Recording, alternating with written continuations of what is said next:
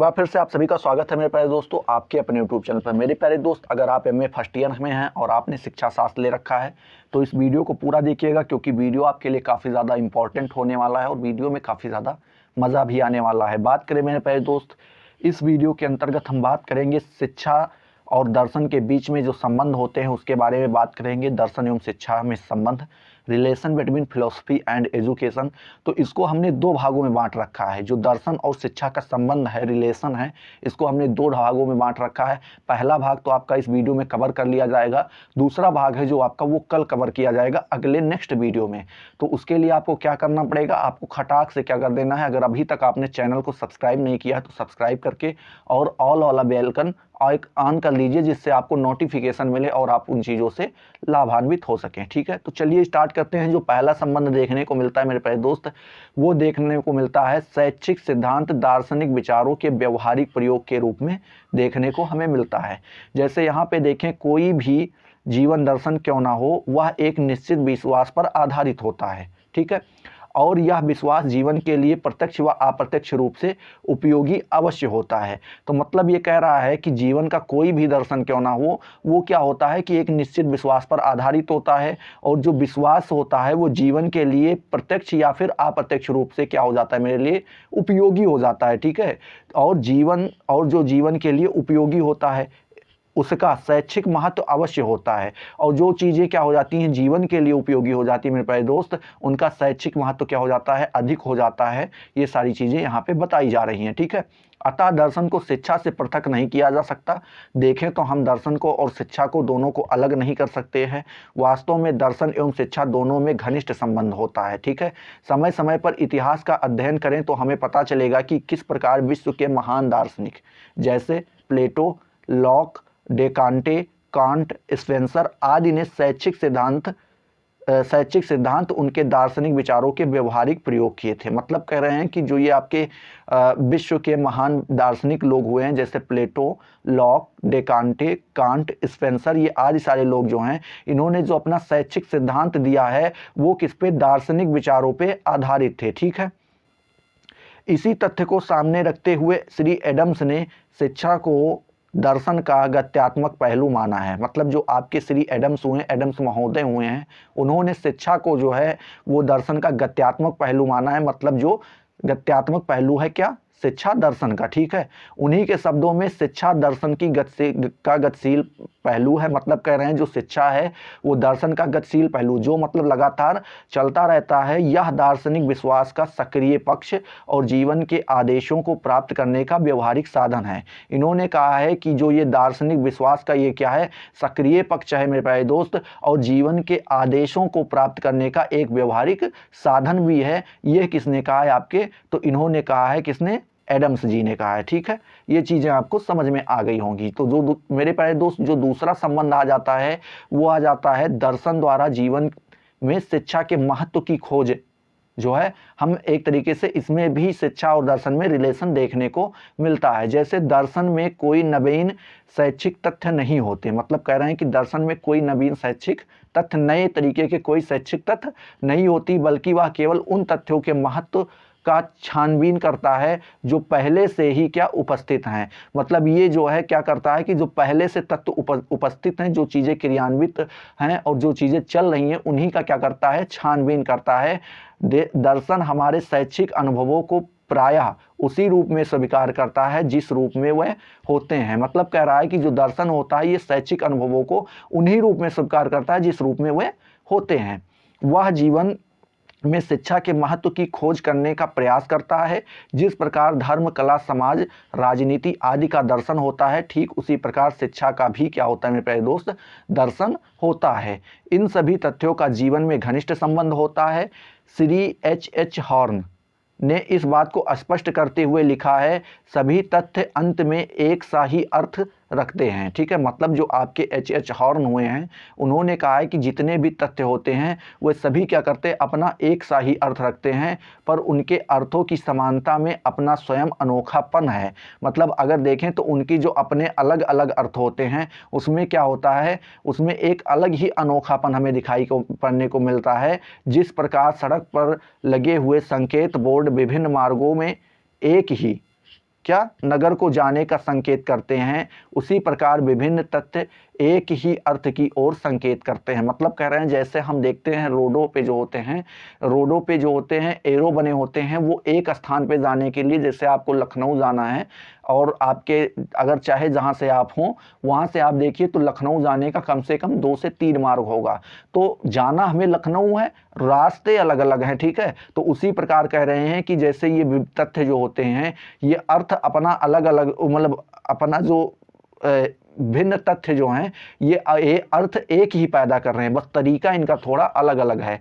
वास्तव में जीवन की वास्तविकता ही दर्शन का ईश्वरीय नगर है और संकेत बोर्डों में शिक्षा भी एक है। मतलब कह रहे हैं वास्तव में देखें तो जीवन की वास्तविकता ही क्या है, दर्शन का ईश्वरीय नगर है और संकेत बोर्डों में से शिक्षा भी एक है। जो संकेत बोर्ड हैं वो हमें क्या शिक्षा का काम करते हैं हमारे लिए, जो एक तरीके से हमारी शिक्षा है वो संकेत बोर्ड का काम करती है। जो तीसरा आपका संबंध आ जाता है मेरे प्यारे दोस्त, वो आ जाता है दर्शन एवं शिक्षा एक सिक्के के दो पहलू के रूप में। मतलब दर्शन और शिक्षा जो हैं ये एक सिक्के के दो पहलू हैं।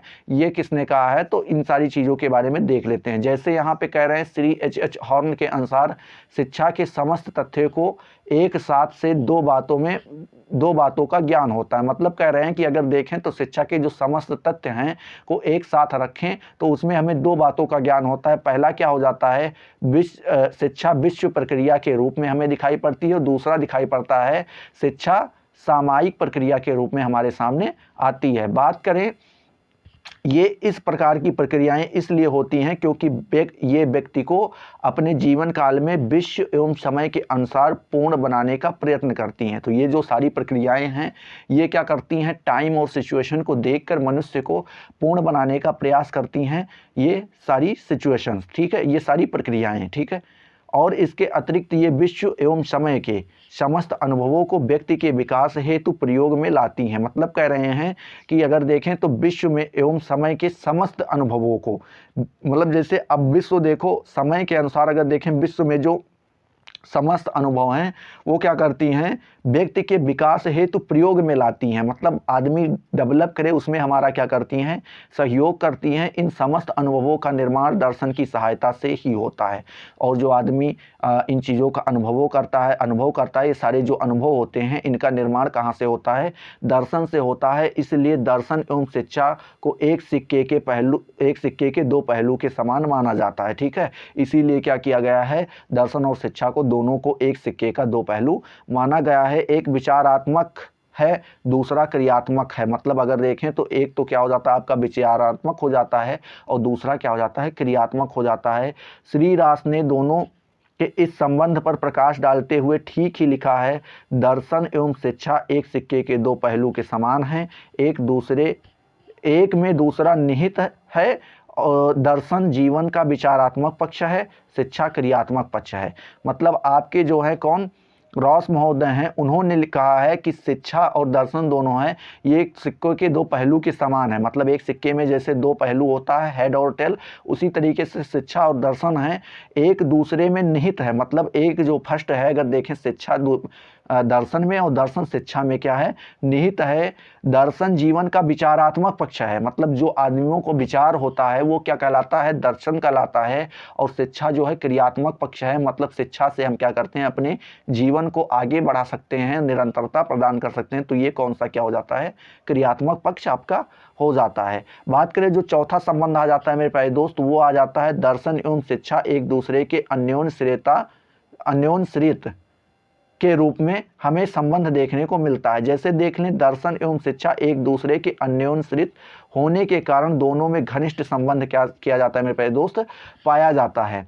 जहां दर्शन शिक्षा को प्रभावी एवं मार्ग प्रदर्शित करता है वहां शिक्षा दार्शनिक दृष्टिकोण पर नियंत्रण रखती है। मतलब कह रहे हैं कि अगर देखें तो जो दर्शन है वो शिक्षा को प्रभावित करता है और शिक्षा को मार्ग प्रदर्शित करता है। मतलब शिक्षा कैसे दी जानी चाहिए, किस प्रकार से दी जानी चाहिए, किस प्रकार से ग्रहण की जानी चाहिए, ये सारा काम कौन करता है? दर्शन करता है। उसी प्रकार जो है शिक्षा जो है दार्शनिक दृष्टिकोण को नियंत्रित करता है। मतलब कि जो दार्शनिक दृष्टिकोण है, जो फैक्ट होते हैं, उन चीज़ों को क्या करता है? शिक्षा नियंत्रित करता है और लागू करता है।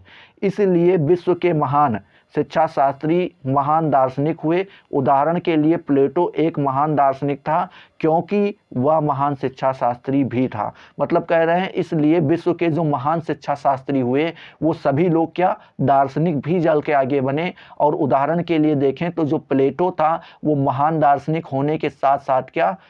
महान दार्शनिक तो था ही बना, क्योंकि वह क्या? उससे पहले क्या था मेरे प्यारे दोस्त? एक महान शिक्षा शास्त्री बना, उसके बाद क्या? उसे महान दार्शनिक बन गया। ठीक है। दर्शन एवं शिक्षा की पारस्परिक निर्भरता को स्वीकार करते हुए अनेक विद्वानों ने अपने विचार प्रस्तुत किए हैं। ठीक है। तो अगर देखें दर्शन एवं शिक्षा की पारस्परिकता निर्भरता को स्वीकार करते हुए, मतलब एक दूसरे के ऊपर ये दोनों चीज़ें क्या हैं? डिपेंड हैं। इन चीज़ों को स्वीकार करते हुए अनेक विद्वानों ने अपने अपने विचार प्रस्तुत किए हैं। उदाहरण के लिए श्री फिक्टे ने लिखा है कि दर्शन की सहायता के बिना शिक्षा का उद्देश्य पूरा नहीं हो सकता है। मतलब आपके एक महोदय हैं श्री फिक्टे, उन्होंने कहा है कि दर्शन अगर सहायता ना करे, दर्शन अगर हेल्प ना करे, तो शिक्षा का जो उद्देश्य होता है, जो लक्ष्य होता है, वो कभी पूरा नहीं हो सकता है। इसी प्रकार श्री जेंटाइल ने लिखा है कि दर्शन की सहायता के बिना शिक्षा की प्रक्रिया सही मार्ग पर नहीं बढ़ सकती। मतलब कह रहे हैं अगर दर्शन नहीं हेल्प कर रहा है, नहीं सहायता कर रहा है, तो जो शिक्षा का एक सही प्रक्रिया है, जो सही मार्ग है, उस पे वो नहीं चल सकती। ठीक है। इस संबंध में किसने पार्ट्रीज ने अपने विचार व्यक्त करते हुए लिखे हैं कि गंभीर अर्थ में ये कहना बिल्कुल उचित होगा कि जिस प्रकार शिक्षा दर्शन पर आधारित है, उसी प्रकार दर्शन शिक्षा पर आधारित है। मतलब जो आपके पार्ट्रीज जो हुए हैं, इन्होंने कहा है कि अगर ये चीज़ हमें कहना बिल्कुल उचित होगा कि जिस प्रकार से शिक्षा दर्शन पे आधारित है और उसी प्रकार दर्शन शिक्षा पर आधारित है, मतलब एक दूसरे पे डिपेंड हैं। ठीक है। दोनों एक दूसरे पे क्या है मेरे प्यारे दोस्त?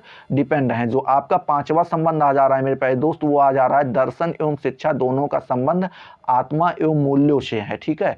दर्शन और शिक्षा दोनों का संबंध किससे है? आत्मा एवं मूल्यों से है। कैसे? मानव आत्मा का रूप भौतिक, आध्यात्मिक एवं सामाजिक होता है। ठीक है। मानव आत्मा का जो रूप होता है वो तीन होता है। कौन कौन सा? भौतिक, आध्यात्मिक और सामाजिक होता है। इन तीनों के समन्वय से ही मानव व्यक्तित्व का निर्माण होता है। जब ये तीनों मिलते हैं और जब तीनों का विकास होता है, तभी मानव के व्यक्तित्व का क्या होता है मेरे प्यारे दोस्त? विकास होता है। इन तीनों के सूक्ष्म एवं यथार्थ रूप का ज्ञान दर्शन देता है। मतलब कह रहे हैं इन तीनों का जो सूक्ष्म एवं यथार्थ रूप, जैसे जो सही और फैक्ट इसका जो स्वरूप है, उसका ज्ञान हमें क्या? दर्शन देता है। और शिक्षा इन तीनों रूपों के विकास की प्रक्रिया है। अगर देखें तो जो एजुकेशन है वो क्या? एक प्रक्रिया हो जाती है इनके डेवलपमेंट की। ठीक है। इस प्रकार दर्शन एवं शिक्षा दोनों का संबंध मूल्यों से भी होता है। तो इसी प्रकार हम देख सकते हैं कि शिक्षा और दर्शन का दोनों का संबंध किससे हो जाता है? वैल्यू से हो जाता है। ठीक है। मूल क्या है? उसका स्वरूप कैसा है? क्या ये मूल्य शाश्वत होते हैं? मनुष्य इन मूल्यों को किस प्रकार प्राप्त कर सकता है? इन सभी प्रश्नों का संबंध दर्शन एवं शिक्षा दोनों से ही है। ठीक है। तो ये सारी चीज़ें जो हैं, इनको हम देखें तो इनका जो दोनों का संबंध है, एक दार्शनिक और एक शैक्षिक, दोनों प्रकार से इनका संबंध है। ठीक है। इन मूल्यों की प्राप्ति की प्रक्रिया में शिक्षक दार्शनिक का काम करता है। मतलब कह रहा है इन चीज़ों को अगर आपको प्राप्त करना है तो आपका जो शिक्षक है, जो आपका टीचर है, जो इन चीज़ों को बता रहा है, वो आपके लिए एक दार्शनिक का काम करता है। ठीक है। तो एक तो वो शिक्षक है ही, और दूसरा आपका दार्शनिक के रूप में आपके लिए काम कर रहा है। एक आदर्शवादी शिक्षक प्रकृतवादी शिक्षक से भिन्न